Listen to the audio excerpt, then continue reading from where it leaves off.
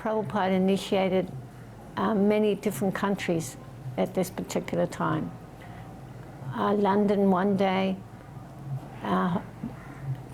Germany one day, France one day, and Holland another day. So we were from Amsterdam, we were from Holland. And so we all came there. Prabhupada was very happy that we all came from Holland. So it was a room full of devotees.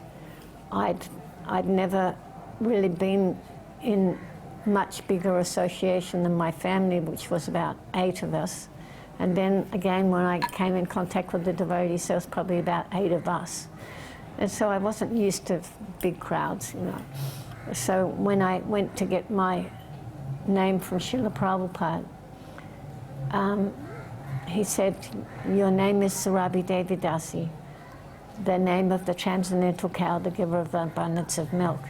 And he must have seen I was a little bit uncomfortable in the whole situation with all the people. And he said, "Don't be afraid." He said, "If you follow this process, you'll go back home, back to Godhead at the end of your life." And so that was pretty amazing for me, and I could feel the love from Srila Prabhupada. He was such a beautiful, caring person. Yeah. We used to go from Germany to France to shoot Srila Prabhupada. Whenever Prabhupada came somewhere in Europe, most of the temples would go there. So we went to France, and we stayed in the very small temple they had in the beginning, where Hari Vilas was the temple president, and they had some incense business. It wasn't very big at all. I think the temple room was like a garage, really. And anyway, in those days, we didn't sit all separate. The men and the women, we just sat mixed. And I was kind of the first one into the room, so I thought, oh, I'm going to sit up the front. And we had mats on the floor. And in Germany, at least, we hadn't done the reading of the Srimad Bhagavatam with Sanskrit, pronouncing the Sanskrit. And then Prabhupada gave the class, and he said, and he pronounced the Sanskrit, and then he said to the men, you want men? And then after some time, I thought, he's going to say women. And I'm sitting right up the front. They're going to give the book to me. And I'm going, oh my God, what am I going to do? And I couldn't get out of it, right? And they gave the book to me. And I felt like crawling under the carpet. I was so embarrassed because I really hadn't pronounced Sanskrit that much. Anyway, so I started pronouncing the verse, and I couldn't say it hardly at all. But Prabhupada started following with me and started, you know, saying it with me. And he was so kind, and I was just hopeless. And he said in the end, very good. And I just thought, this man, this beautiful man is just so wonderful. I was so embarrassed. I must have been as red as a beetroot. And he just was so kind to me, you know. So I, you know, from all these things, I never can forget them. And things make me love Prabhupada even more when I talk to you about it. So, yeah, Prabhupada was wonderful. He was always, I found he was such a caring person. And he was always concerned about us, that we were warm, that we had enough milk, you know, whatever. That was Prabhupada. I remember Prabhupada coming back from the morning walk, and he was coming in, and he would go up the stairs, and it was just silent. So I thought, oh, I've got to make a kirtan. It can't be just silent like this. So I started singing Namo Vishnu Padaya, and Prabhupada went up the stairs, and he turned around and he looked down at me and he went like this. So for me, Prabhupada always was noticing every little thing, and he cared for us, that any little thing that we did for him, he acknowledged it, that it was special to him, that we were taking that care to do something for him. And you don't find people like that. that they really take notice. And Prabhupada took notice of every little thing, even though just starting a kirtan, that he noticed it.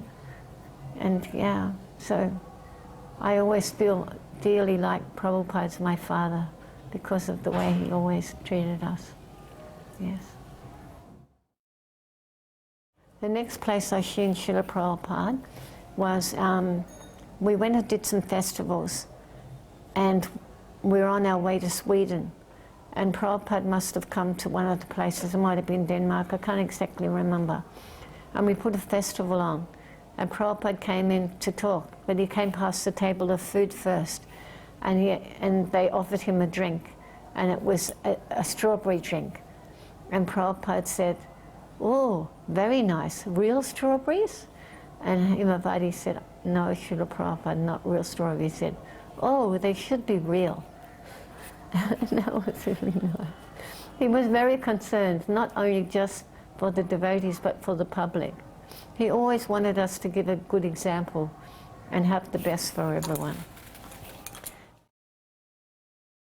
So we went to Sweden, and we all went on the ferry, and we went to the temple where Vegavan and Padmavati were taking care of it.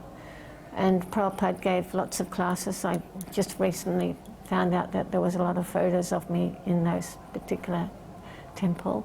But the highlight of that trip was when Prabhupada went to the Uppsala University, and there was a hippie there. And Prabhupada was talking about first class men, second class men, third class men, fourth class men. And the hippie stood up and he goes, "And you, what class are you?" And Prabhupada put his head down and he said, "I am fifth class man." And wow, it was just so amazing. Prabhupada was just so humble, and that man just immediately sat down and never said a thing after that. Because that's our Srila Prabhupada, he was the most humble. You know, so that had an amazing impact on me too as well. 1975, lots of devotees came from all over the world for the Mayapur festival, and Prabhupada was here in Mayapur with us. And then after that we went to Hyderabad. And when we were in Hyderabad, I got the opportunity to go with Srila Prabhupada out to the land that we'd been donated, 100 acres. I think there was 2 cars of devotees, and I happened to be able to go. And we were Prabhupada walking around looking at the land, and we got to go for a swim in the pukur. And then we had prasadam, and then Prabhupada took a rest. And we took a rest in the room next door. And then he came out and he was talking to us. And afterwards, everyone said, "Oh, Srila Prabhupada was looking right at me and he was speaking to me." And I said, "Yes, he did that to me too." And it was about 3 or 4 devotees, and every one of them thought Srila Prabhupada was speaking directly to them. So that was what he was like. He was just so personal. And he really loved us. He really cared for us. He really gave us so much attention, you know. Even if it was only just a small little bit of attention. He knew that meant a lot to us. So much so that for the rest of our lives we never forgot.